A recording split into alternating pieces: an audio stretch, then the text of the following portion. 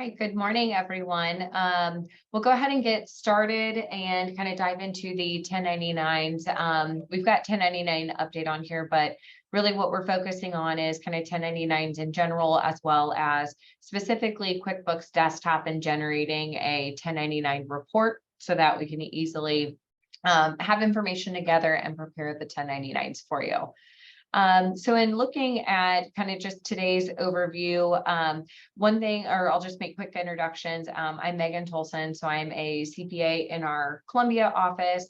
Also on the call today, we have Bailey Edwards, who is a CPA also in our Columbia office. She'll be presenting on desktop on all the specifics of how to do the setup.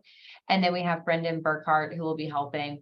Everybody in this group is well versed with 1099s, a lot of the questions related to it. If you do have questions, and we know that you will, as we kind of go through today's presentation, we would just encourage you to use the chat feature. So at the very bottom of your screen, you're going to see right next to there's like a Q&A and possibly a participant, and you're going to see a chat. So you can just bring up the chat box.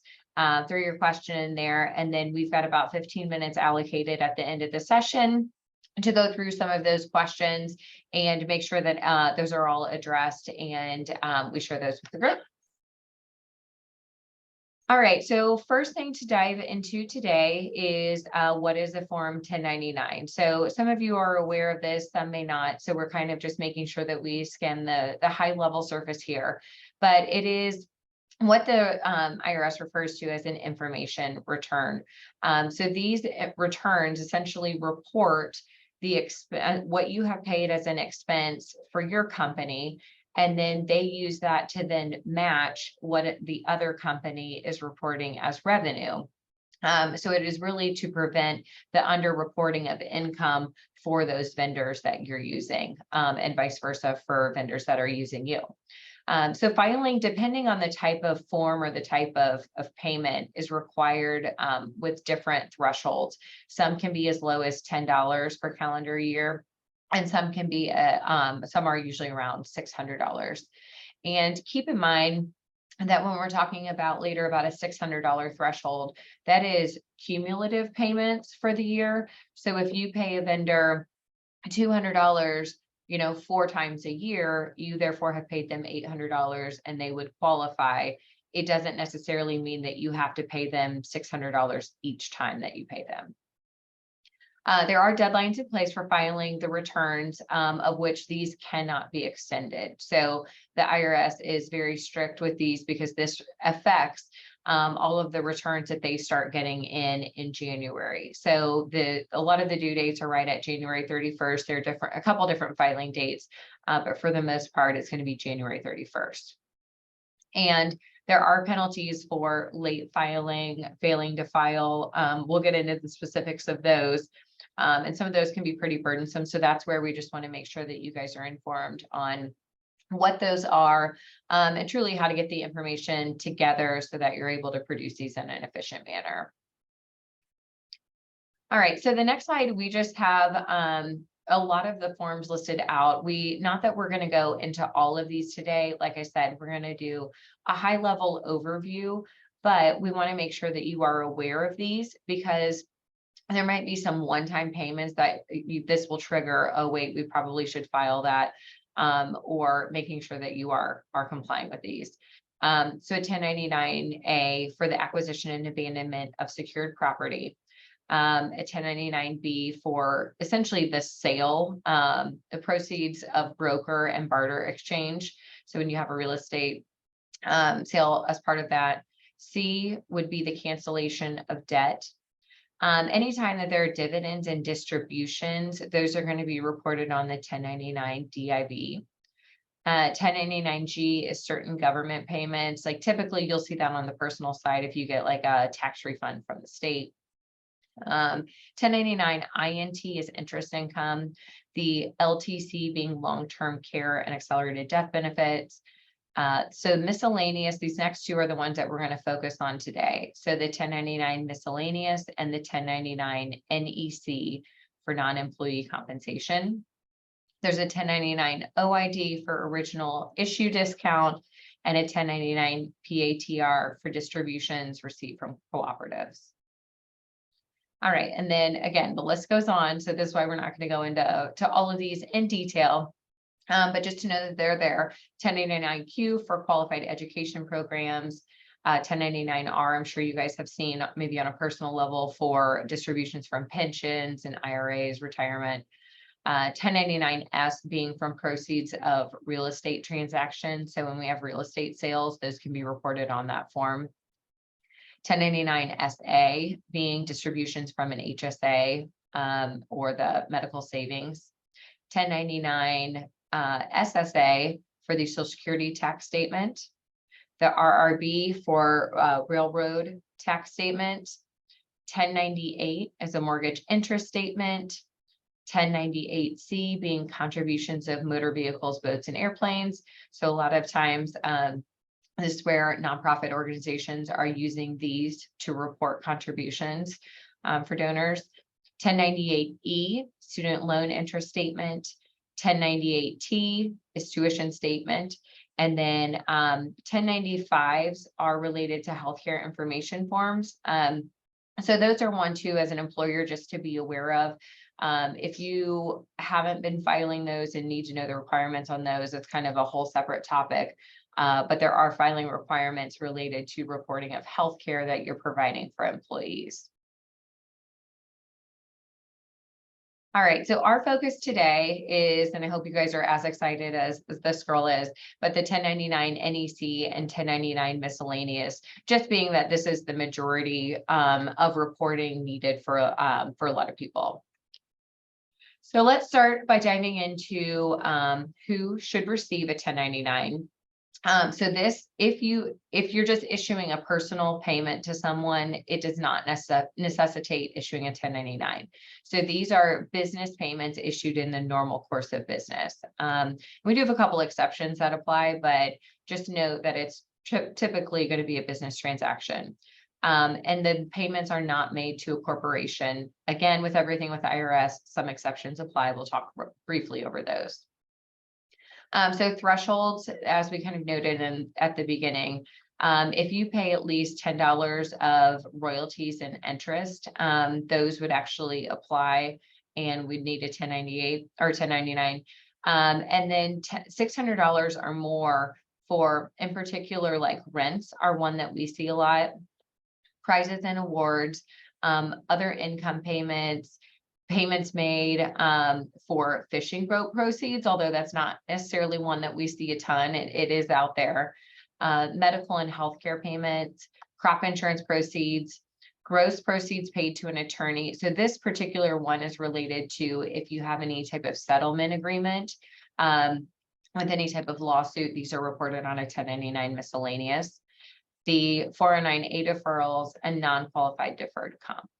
And then the 1099 NEC. So a few years ago, everything used to be reported on a 1099 miscellaneous. And then a few years ago, the IRS came out and essentially wanted all of the service component. So what you're paying for, professional fees and for services broken out on a separate form to help with their information reporting. So the 1099 NEC, the non-employee compensation, is for services, and if it is the vendor is not a corporation. All right, so just a few exceptions to note. So payments that are made by a credit card. So for instance, and I'll just use Williams Keepers as an example because we are a 1099 vendor for a lot of you. If you had paid it by credit card, we would actually get a 1099 from the credit card company as opposed to you having to issue it. So that is one that you won't necessarily need to report those that are paid by a credit card, or when we put third-party network transactions, a lot of times like PayPal and Venmo would apply there. You will not report scholarships or fellowship grants on these forms. You will not include employee business reimbursements. And then we threw on there just a quick link to the IRS website that has a quick snapshot of other exceptions that would apply. If in doubt, you are more than welcome to reach out to us. We've got our contact information on the last slide, or you can feel free to kind of look here at the IRS website. All right, so just a few quick examples then, just to put in perspective, and again, that it might ring bells of, oh yeah, we're doing that. Professional fees, such as to accountants, attorneys, engineers, architects, consultants, fees paid to other professionals when you're doing any type of like referral splitting, commissions, fees paid to independent contractors, for example, landscaping companies, or anybody that might be doing something on more of a contract basis. Prizes and awards. So churches run into this a lot, or nonprofits, if you've got any type of prize or award that is given out. Fair market value of services exchanged, and director's fees, gas and oil payments. And then, like we said, again, the cash payments for fish, again, although it's probably not going to apply to a lot of you. And then the one exception is any person at all, if you have, if they are subject to backup withholding, i.e. you're withholding any type of tax that then you are remitting to the IRS on their behalf, no matter what the amount is, and no matter if they are a corporation, you are required to report that on the 1099 miscellaneous. All right, and then becomes the all-important question of why should I file? The main reason here being this is just a compliance report or compliance return. And so the IRS, in order to get you to comply with it, has thrown out, I won't say massive, some of them might seem small, but they really add up. But it's the penalty factor. So failing to issue the 1099 NEC or the miscellaneous can result in penalties of between $50 all the way up to $280 per form. It's kind of a sliding scale based on how far after the deadline that you've actually missed in reporting the information. And then intentionally disregarding the requirement, or not doing your due diligence with it, can actually lead to, it's a minimum penalty of $570 per form, or 10% of the amount that would have been reported, which can get pretty large in some cases. There is no maximum on these. All right, and then becomes the question of then, all right, so we know that we've got a file, we know now who the vendors are that we would need to get the information or file a 1099 for, but what form to actually request from the vendor. So this is typically where you're going to use a vendor W-9. So we've got a sample on here. These can be obtained online if you just type in, form W-9 on the IRS website. And they'll just fill in like their name, their address, their tax ID, and then very importantly is their business type. And that's important because we talked about earlier, corporations typically are not required to file. So that being said, one just quick helpful hint for you guys is anytime that you see someone on this W-9 has reported a social security number, we need to make sure then on the 1099 that their name is what pops up first before the business name. So especially when we're talking about QuickBooks entry, you're going to see, you wouldn't want to just enter John's Lawn Service. If John gave us a social security number, we need to actually have John's name. So John Smith would actually appear on the W-9 and on the 1099. Otherwise, you're going to, after the 1099s are filed, get what we call matching notices, where the IRS cannot match the tax ID provided with the name provided. So just make sure that anytime that you receive a social security number on here, that you have a person's name to go with it, or vice versa. If there is an employer ID provided, it would need to be the business name that's reported on the 1099. All right, and then on here, just kind of going through quickly the filing deadlines. So the NEC, which is again the non-employee compensation for those services provided, it is due to both the payee and the IRS by January 31st. So especially if you're used to us hounding and being like, where's the information? Where's the information? It is because it's such a tight turnaround after the year. We only have a month to get all the information in, all of the forms out to the payees, and then filed with the IRS. The 1099 miscellaneous, the payee copies are due by the 31st of January. And then to the IRS, if you file what is like the 1096, the general information form and copies of those, if you file by paper, those are February 28th. And then if you e-file, electronically file, then it's due by March 31st. And so then real quick to wrap up, e-filing. So if you're not familiar with it, it is that if you are required to file more than 250 information returns, for instance, more than 250 of the form 1099 NEC, or more than 250 of the form 1099 miscellaneous, you are required to do electronic filing, of which WK does electronic filing on all 1099s. But just be aware of that in case, there might be, there are some smaller entities that we work with where they have, two, and that's fine. Those can be submitted by paper to the IRS, and always the payee will get a paper copy, but electronically required if it's more than 250. All right, so I'm going to turn it over now to Bailey, who's going to get into our 1099 procedures in QuickBooks. All right, so today we're going to be talking about QuickBooks Desktop. The procedures are a little bit different in QuickBooks Online, which we did yesterday. So if you are on the wrong day, if you use QuickBooks Online, that presentation will be posted on our website if you need to refer back to that instead. So your first step is just to make sure that your QuickBooks file is set up to file the 1099 forms. To do that, you're just going to go up to your Edit menu and then Preferences. And then your preferences page will pop up. You'll need to scroll down in this sidebar down to the tax 1099 section. It's like the second one from the bottom, and it's going to be a company preference. And you'll just need to click that yes, you do file 1099 forms. Once you do that, you'll get some additional options that pop up down below. So if you're done, you would just click OK, but most likely you're going to move on to step 2, which is that you need to map the chart of accounts to your 1099 payments.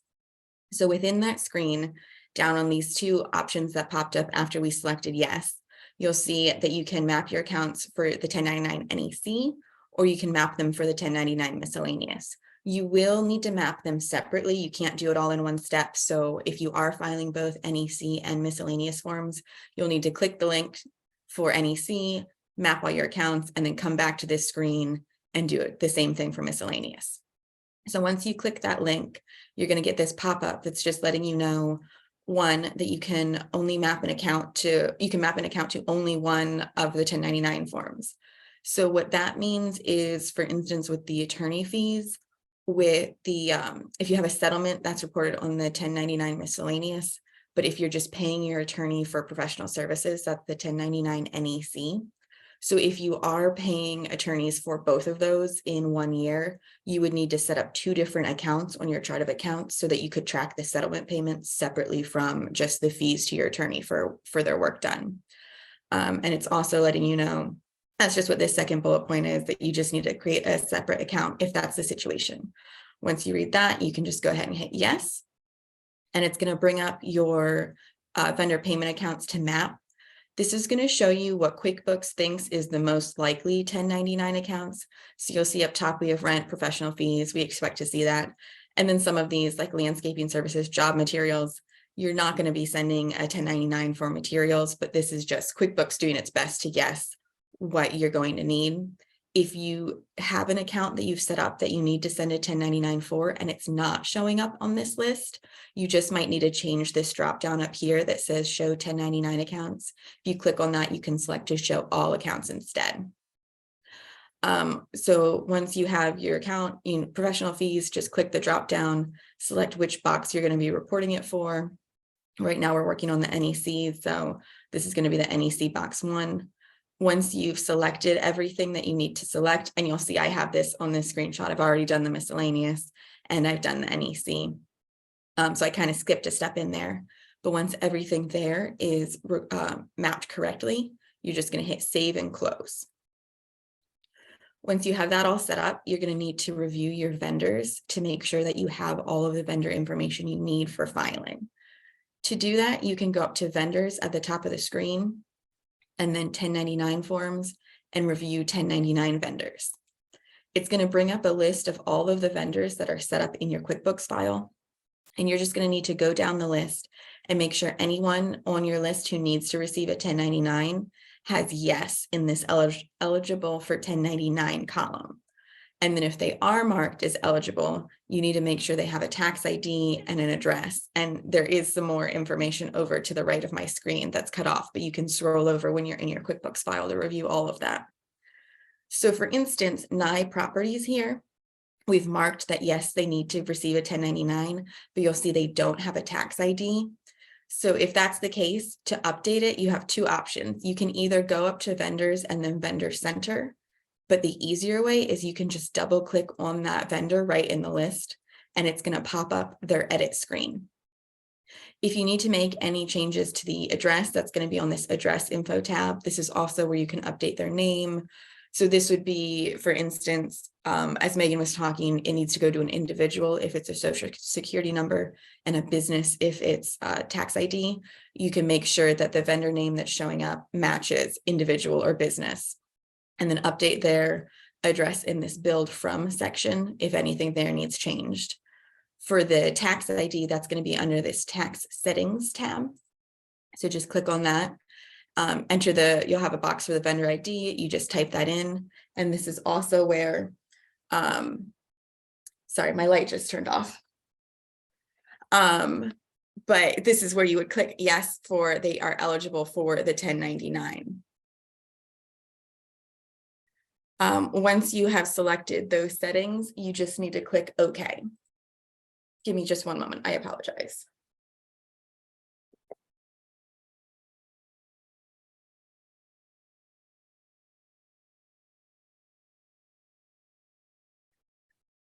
Okay, sorry about that. So once you have selected that they are eligible or made sure that that box is selected and you have your tax ID entered, you would just hit OK. Once you have done that for all of the vendors in the list who need to receive the 1099, you're going to go ahead and run a 1099 detail report. And this will be the report that you give to Williams Keepers for processing your 1099s. To get there, there's two ways you can get there. You can go to the vendors and then the 1099 where we were before, or I typically use reports and then vendors and payables, and then this 1099 detail. The report is going to pop up and it's automatically going to default to the dates as last calendar year and your 1099 options as only 1099 vendors and only 1099 accounts. This is what you want to have in your settings, unless you're running the report early to try and just verify all the information. So if you're running the report in December, just to make sure that you're ready when January comes around and Williams Keepers is asking you for your 1099 list, just make sure you update those dates to the current year, or you can just manually type in the dates in the date section. I like to use this customized report option. This will allow you to give us just one report instead of having to give us a 1099 list and then also a list of all your vendors. So if you just click customize report there, in this column section, scroll down until you see name, address, and just click on that to select it and then click OK. And it's going to add this extra column, the name address column, and that's just going to show the address of the business. Like I said, it just puts it all into one report, makes it a little bit easier to have all your information in one place. From here, you're going to want to go through your list and review all of the vendors that are showing up just to make sure that everything looks correct. If you think you paid someone that's not showing up on this list, you may need to go back into their vendor settings and just make sure that you didn't miss selecting them for the 1099, or just review that you did actually pay them in this year. Maybe you paid them late December last year and you just forgot what the actual date was that you paid. So it's just a good way to double check that. If another thing is that if you see someone but their payment just seems too low, you might need to double check in your file to make sure that you didn't miss entering a vendor on one of their payments. That'll happen sometimes, especially when you use, if you're using your bank feed and you're pulling information in that way, sometimes you can miss entering a vendor name, in which case they won't show up on this report. If there's something in here that you think shouldn't be included, just kind of make a note of that as well.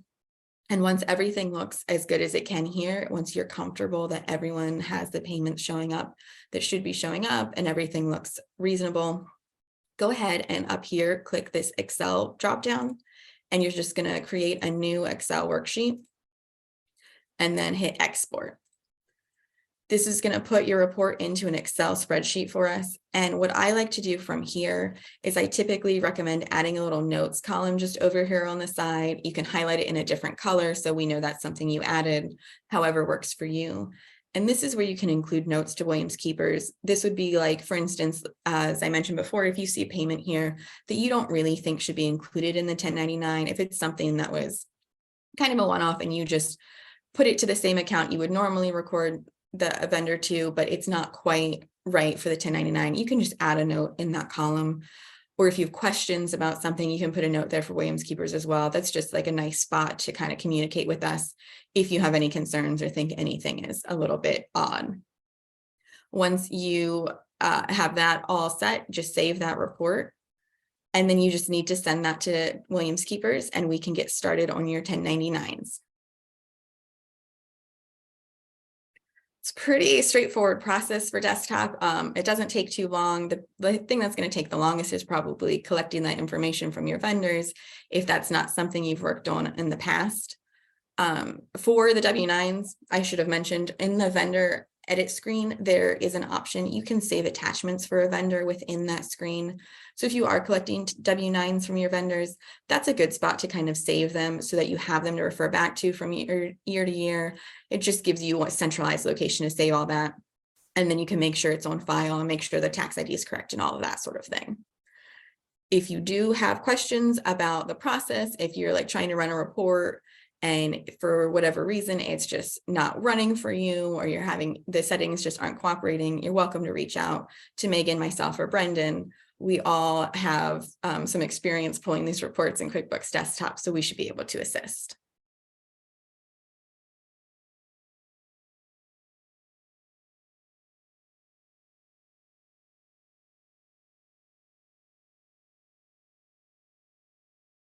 And so I know we've got a couple of questions. A couple other things that I'll just say as far as like when pulling information, or just to kind of reiterate, would be make sure that your bank accounts are up to date. So like if you only have information entered through November, you could be missing a full month of payments and stuff. So it's important to make sure your information is up to date.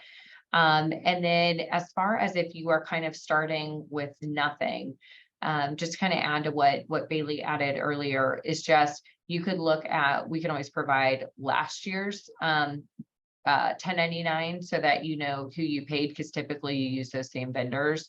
Or really focusing on like the rent or the contract labor, or like if you have accounting or legal or professional fees categories on your income statement, those are all great areas to really start with. And then we've got a couple of questions. So I'll just pop into those, or Brendan, are you taking those? Yeah, so the first question that we have is they're asking to explain services. So does this include repairs for like heating and cooling? The answer would be yes, in most instances, depending on the type of business that is providing the service. So that again goes back to kind of the W-9 that's been provided for you at year end that you've received. If they are an individual, the answer would be yes. Now, if they're a corporation of sorts, the answer would be no, as in most instances, corporations actually do not need to receive a 1099 at year end. So for things like heating and cooling repairs, the short answer would be yes. Can I add to that real quick? Because we commonly get the question of, well, I'm paying them for like the HVAC unit, let's say, and the services on it. If they break it out, you could just do like, you can just have the service portion, but I will say the real world answer to it is it's still okay if you issue a 1099 that has the service and the actual parts component. So you might not have entered the service portion is $1,000 and the HVAC unit was $3,000. So in all reality, it's okay in that example to issue a 1099 for $4,000, even if it included the part and an actual something other than the service. The second question that we have is, do you have to get a W-9 from your vendors each year? Best practice would be to say yes. It would be wise just to verify that no information has changed from that specific vendor from year to year.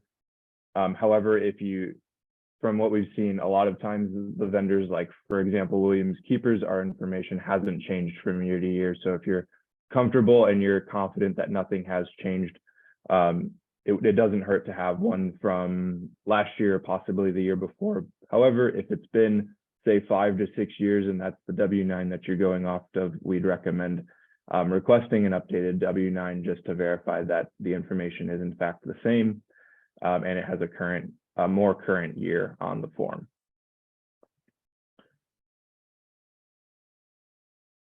Third question that we just popped in was, I was told in a QuickBooks seminar that we do not need to send a 1099 miscellaneous to a landlord for rent. Was that not accurate?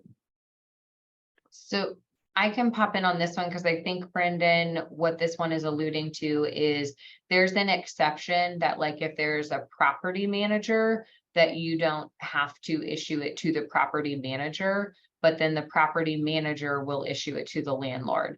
But if you're just issuing rent payments directly to a landlord, so for instance, Brendan owns it, or, you know, Megan's LLC owns the property, yes, you would issue a 1099 miscellaneous for that.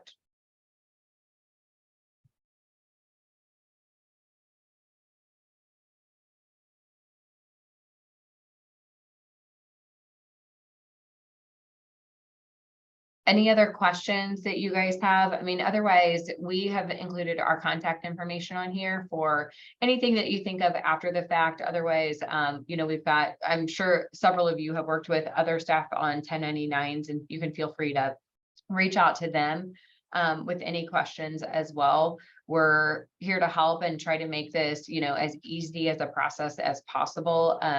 And so I think really the main takeaways too before leaving the seminar today are just making sure that, one, you're tracking them in the system, and two, that you're collecting that information now so that it's not a scramble in January when you're trying to get this information together. So to be able to follow those steps to make sure that you've got everything to make it as efficient as possible. All right, Bailey, Brennan, anything else to add? I don't think I have anything. I don't think so either. Okay. All right. Well, thanks guys for the short session, but hopefully it was informative on this, and reach out if you have any questions. Thank you.